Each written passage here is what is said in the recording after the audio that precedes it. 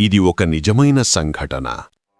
ఆంధ్రప్రదేశ్లో ఉన్న చిన్న పట్టణంలో చదువుకునే 15 ఏళ్ల బాలుడు జీవితంలో జరిగిన భయానక అనుభవం. ఒక సాయంత్రం అతను ట్యూషన్ అయిపోయాక బస్టాండ్ దగ్గర కూర్చొని బస్ కోసం ఎదురుచూస్తున్నాడు. వాతావరణం చీకటిగా మారింది. లైట్లు చెముక్కుమంటున్నాయి. అప్పుడే అక్కడ పక్కనే ఒక ముసలి ఆడది కూర్చుని రోదిస్తోంది. ఆమె ఏడుపు విని ఆ బాలుడికి దయవేసింది. తన దగ్గరున్న నీటి బాటిల్ ఆమెకు ఇచ్చాడు. ఆమె బాటిల్ తీసుకున్న వెంటనే ఏడుపు ఆపేసి నేరుగా అతని ముఖం వైపు చూసింది. ఆ చూపు ఏదో వింతగా ఉంది. తరువాత ఆమె నిశ్శబ్దంగా అడిగింది, "నీకు తెలుసా నా భర్త ఎక్కడున్నాడు? చెప్పు, ఇప్పుడే చెప్పు, లేకపోతే నీకు నష్టం జరుగుతుంది." ఆ మాట విన్న వెంటనే అతను ఒక అడుగు వెనక్కి వేశాడు. తనలో తాను ఇది పిచ్చిదేమో అనుకున్నాడు. కాని ఆమె ఒక్కసారిగా లేచి అతని వైపు నడవడం మొదలుపెట్టింది. అతను చూసి గడ్డకట్టిపోయాడు. ఆమె కాళ్ళు విరిగి ఉన్నాయి.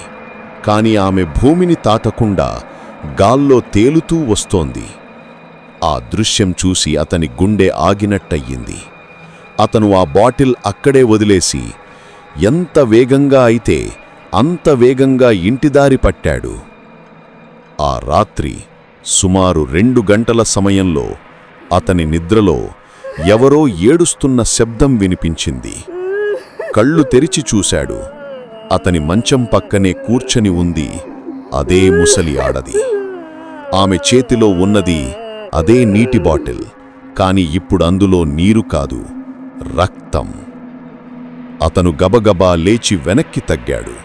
ఆమె ఒక్కసారిగా అతని మీదకు ఎగబడి అతని గొంతు పట్టుకొని నొక్కడం మొదలుపెట్టింది. ఆమె ముఖం విపరీతంగా మారిపోయింది. కళ్ళు ఎర్రగా వెలుగుతున్నాయి. ఆమె మళ్ళీ అరుస్తోంది, "నువ్వే నా భర్తను చంపావు! నువ్వే నా భర్తను చంపావు!" అతను ప్రాణం పోతున్నంత భయంతో అరిచాడు. అతని అరుపు విని అమ్మా నాన్న గదిలోకి పరుగెత్తుకుంటూ వచ్చారు. వాళ్ళు లైట్ ఆన్ చేసిన వెంటనే ఆ ఆడది ఒక్క క్షణంలో అదృశ్యమైపోయింది. అతను కన్నీళ్లు పెట్టుకుని జరిగినది అంతా చెప్పాడు. కాని తల్లిదండ్రులు నమ్మలేదు. వాళ్లకు అనిపించింది అతను భయంకరమైన కల చూశాడేమో అని. ఆ రాత్రి తరువాత అతను ఎన్నో నెలల పాటు భయంతో జీవించాడు. ట్యూషన్ మానేశాడు. మళ్ళీ ఆ బస్టాండ్ దారి ఎప్పుడూ పట్టలేదు. ఇప్పటికీ అతనికి అర్థం కాలేదు, ఆ ఆడది ఎవరు? ఆమె ఎందుకు తన దగ్గరకు వచ్చింది? నిజంగా అది భూతమా లేక కల్పన? మరి మీకు ఏమనిపిస్తోంది?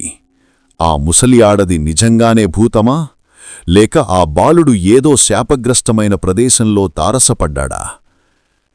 మరి కథ నచ్చితే మా ఛానల్ బ్యాక్ సైడ్ గోస్ట్ను సబ్స్క్రైబ్ చేయడం మర్చిపోవద్దు.